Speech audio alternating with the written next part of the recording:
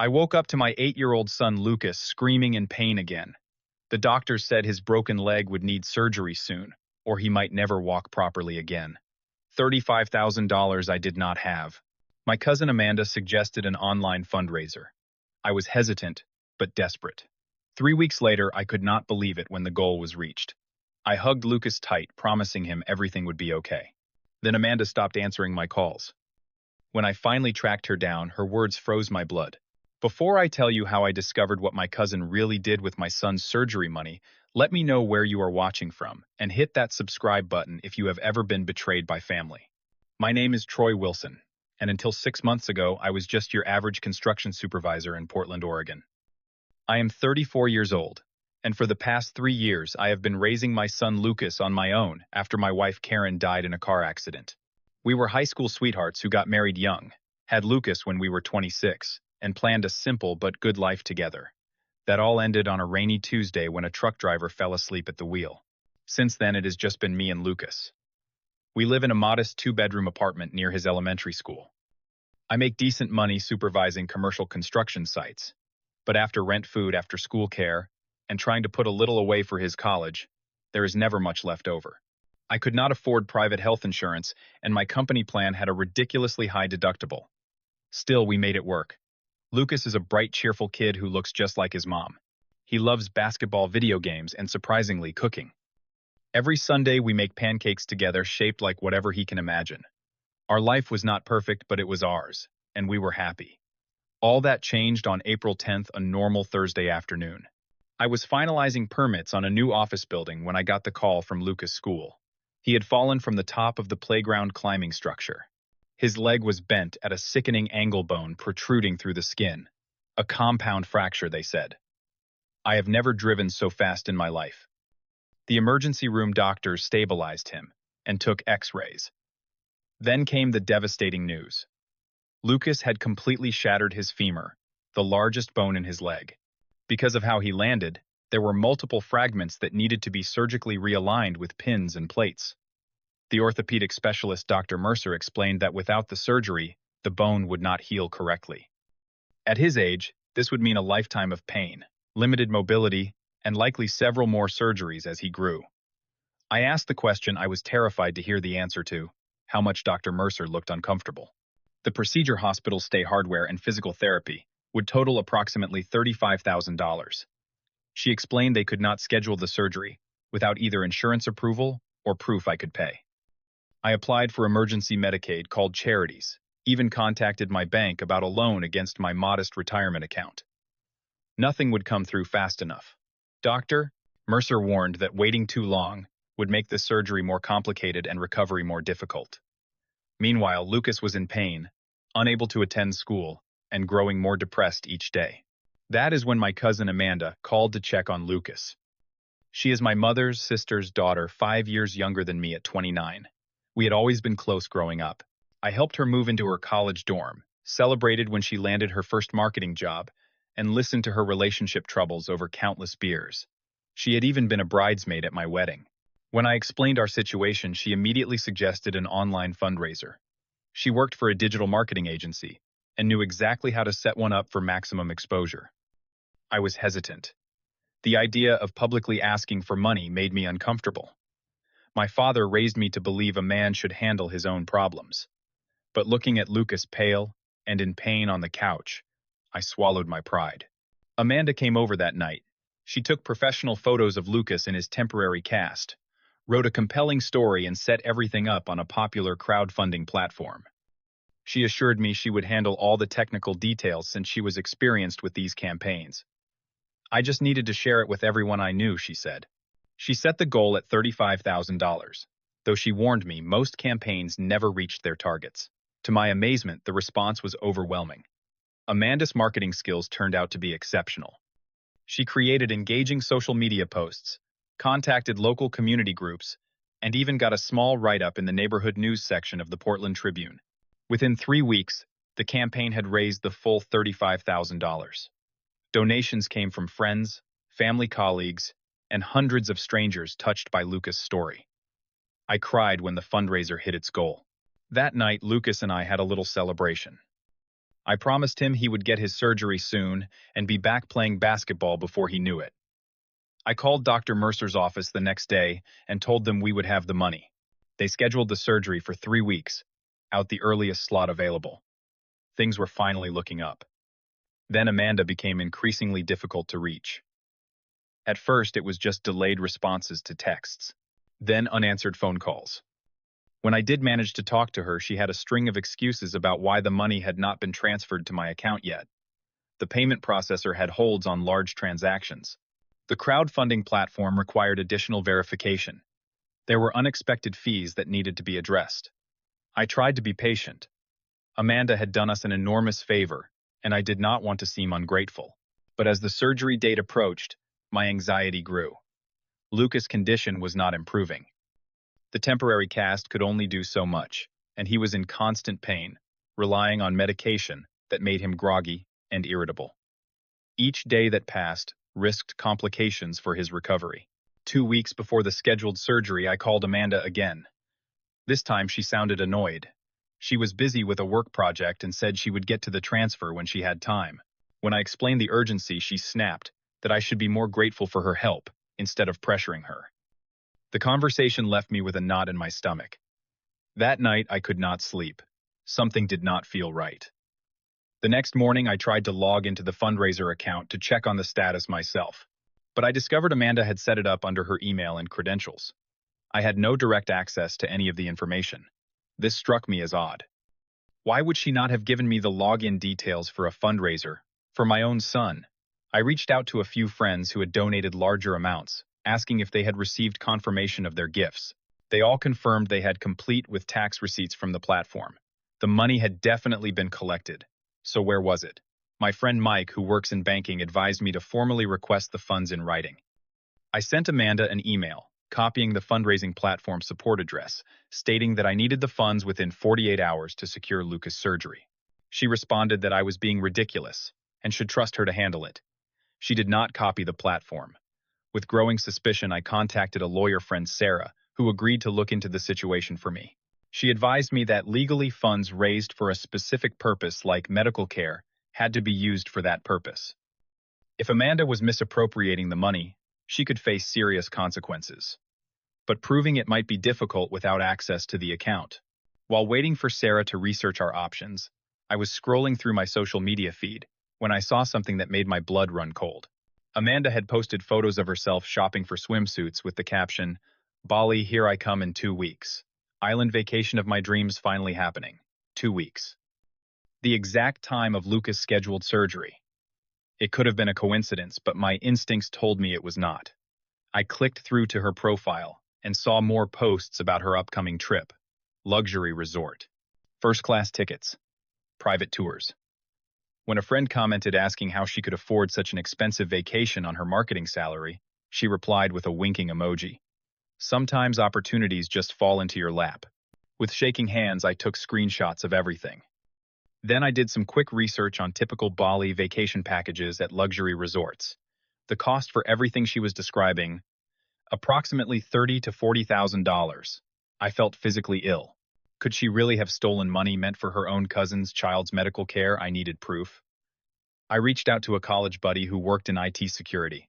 He helped me find archived versions of the fundraiser page online. There it was. The campaign had ended, marked as fully funded with a note, saying the organizer had withdrawn the funds on May 12th, 2 days before Amanda started posting about Bali.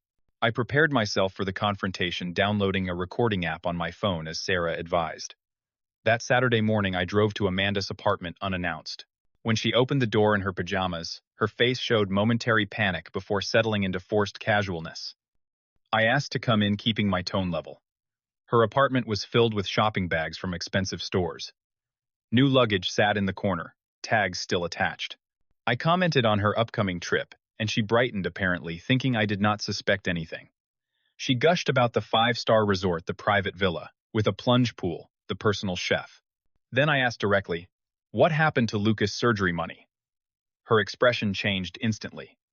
First denial, there were delays with the platform processing issues. I showed her the screenshots of the withdrawal confirmation. More excuses, the money was in a temporary account. There were unexpected taxes. Finally, when I showed her the legal information Sarah had sent me about fundraising fraud, her entire demeanor transformed. The friendly cousin vanished, replaced by a cold, defensive stranger. Yes, I took the money, she finally admitted with a shrug. So what I did all the work setting up that fundraiser. You have no idea how many hours I put into marketing it. I deserve something for my efforts. I was stunned. What about Lucas? His surgery, his pain, he will be fine, she said dismissively. Kids heal fast. You are being dramatic. The doctors always exaggerate how urgent these things are. As she spoke, she was folding clothes into her new designer suitcase. She actually smiled as she added, "Besides, I already booked my trip to Bali. Non-refundable. You would not want me to lose my deposit, right?" I have never felt rage like that before. My hands shook as I fought to keep my voice steady, knowing I needed her confession on record. I asked her to confirm once more. She had knowingly taken money donated specifically for Lucas' surgery and spent it on a vacation for herself. Her answer was chilling in its casualness. Yeah, and I would do it again. Look, Troy, you will figure something out. You always do. I needed this.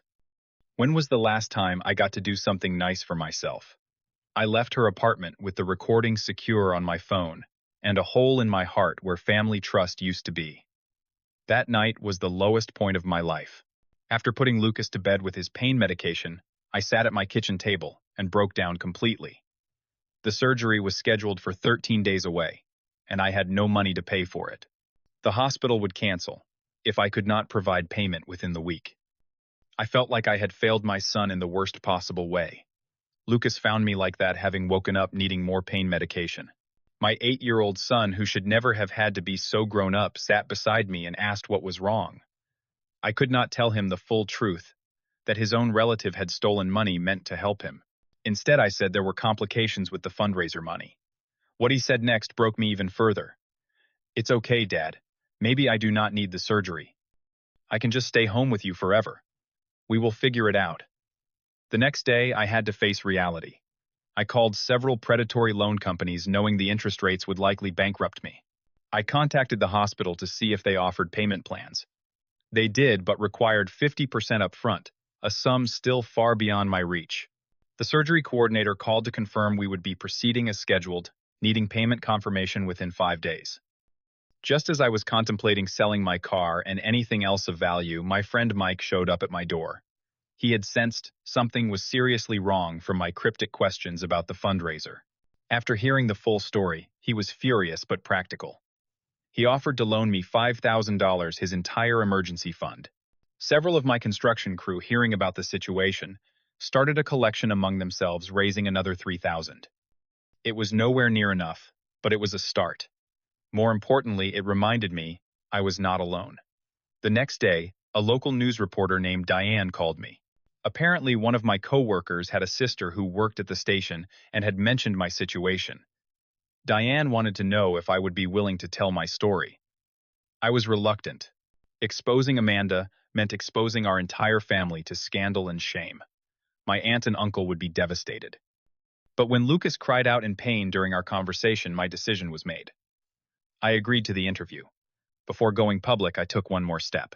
With Sarah beside me for legal support, I went to the district attorney's office with my evidence. They listened carefully to the recording and reviewed the documentation. The assistant DA explained that this was a clear case of fraud and theft. They would open an investigation immediately, but criminal proceedings would take time. Time Lucas did not have. Filing the police report against my own cousin was surreal. The detective taking my statement seemed genuinely angry on my behalf. Amanda would be contacted for questioning, he assured me. But the wheels of justice turned slowly, and they could make no promises about recovering the money in time for Lucas' surgery. That night, as I watched Lucas attempt to hobble to the bathroom, refusing my help out of some misguided desire to not burden me further, something in me snapped. Not in anger, but in clarity. I had been worried about family embarrassment, about hurting my aunt and uncle, about being seen as a failure who could not protect his son without charity. None of that mattered. Only Lucas mattered. I would move heaven and earth and face any consequence to get him the care he needed. The next morning, I sat down with Diane and her camera crew in my living room. Lucas sat beside me, brave but clearly in pain. I told the entire story, sharing the recordings, the screenshots, everything. I did not cry until they asked Lucas how he felt about the surgery being delayed. His answer, "My leg really hurts all the time, but I do not want Dad to be sad," broke me completely. The story aired that evening on the local news. By morning, it had been picked up by several national outlets. My phone would not stop ringing. The crowdfunding platform contacted me directly, horrified at what had happened. They opened an investigation and froze Amanda's accounts. Old high school friends, distant relatives, complete strangers, all reached out asking how they could help. A new official fundraiser was established this time, directly through the hospital's patient assistance program. Donations poured in from across the country. People shared their own stories of family betrayal and medical hardships. Within 48 hours, we had raised not just the $35,000 needed, but over $50,000. Meanwhile, Amanda was facing the consequences of her actions. The police had questioned her and found evidence of the fraud in her banking records. She had spent nearly all the money already on vacation deposits, shopping sprees, and paying off some of her credit card debt. The district attorney charged her with felony theft and fraud. Her parents, my aunt and uncle, were devastated. They came to see Lucas and me, bringing tears and apologies. They offered to remortgage their home to help, though I assured them it was no longer necessary. The hardest part was seeing their broken hearts, realizing the daughter they raised could do something so callous. Family gatherings would never be the same. The day before Lucas' scheduled surgery, I received word that Amanda was attempting to negotiate a plea deal. Her attorney had contacted the DA offering full restitution, though where she would get the money was unclear in exchange for reduced charges. I was consulted as the victim, and after careful consideration, told the prosecutor I wanted justice to run its course. This was not just about the money anymore, but about accountability. Lucas' surgery proceeded as scheduled. 6 hours of meticulous orthopedic work to piece together his shattered femur. The surgeon emerged tired, but satisfied, telling me the procedure had gone perfectly. Lucas would need physical therapy and time, but he was expected to make a complete recovery. During his hospital stay, the outpouring of support continued. His room filled with cards and gifts from strangers moved by his story. My construction crew rotated visits, so someone was always there when I needed to step out. My boss assured me my job was secure, for as long as I needed to care for Lucas. 2 months after the surgery, we had our day in court. Amanda had ultimately rejected the plea offer, apparently believing her family connection would protect her. It did not. I delivered a victim impact statement that detailed not just the financial harm, but the physical pain Lucas endured. During the delays, the betrayal of family trust and the innocence lost. The judge was unmoved by Amanda's tearful claims that she had intended to pay the money back eventually. The sentence was harsh: 3 years in prison, full restitution, and community service working with disabled children upon release. As she was led away, she looked at me with hatred in her eyes, as if I was somehow responsible for her predicament. My aunt sobbed quietly in the back row. My uncle simply looked hollow. Lucas' recovery was long and difficult. Physical therapy 3 times a week, nights of pain and frustration. Watching him struggle to relearn how to walk properly broke my heart daily. But kids truly are resilient. 6 months after surgery, his limp was barely noticeable. At his 8-month checkup, Dr. Mercer pronounced him fully healed, the bone actually stronger at the break site than before. Throughout that year, I learned who my real family was. Not just those connected by blood, but the community that rallied around us in our time of need. Mike, who had offered his last dollar to help. My crew, who worked overtime to cover for my absences. Diane, whose reporting not only helped us, but led to the crowdfunding platform implementing new safeguards against fraud. And countless strangers who reached out with support prayers and kindness. The extra money from the second fundraiser was used to establish a small foundation helping families navigate medical crises. We called it Lucas Ladder, helping others climb out of impossible situations. It became my mission to ensure no parent felt as alone as I had that night at my kitchen table. My relationship with my extended family was strained but healing. My aunt and uncle eventually came to terms with what their daughter had done, though I suspect they will never fully recover from the shame. Some relatives took Amanda's side, claiming I had been too harsh in pressing charges. I let them go without argument. Life is too short to chase approval from those who cannot see right from wrong. 1 year after that terrible day, when Amanda smiled, while telling me my son would be fine because kids heal fast, Lucas ran the entire length of a basketball court, and made his first basket since the accident. As the ball swooshed through the net, he turned to me with a smile that erased all the pain of the previous year. I have learned that family is not defined by blood, but by actions.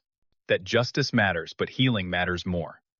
That sometimes the worst betrayals lead to the greatest blessings, revealing who truly deserves a place in your life. Most importantly, I learned that protecting what matters most sometimes means making painful choices, setting boundaries that others may not understand. Lucas is 10 now. His scar is fading, though it will always be a part of him. Sometimes he asks about Amanda, and I am honest without being bitter. She made terrible choices and hurt people who loved her.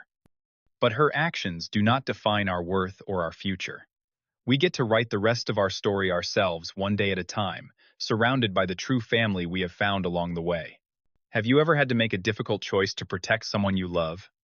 Let me know in the comments below. If this story touched you, please consider liking and subscribing to hear more journeys of overcoming life's toughest challenges.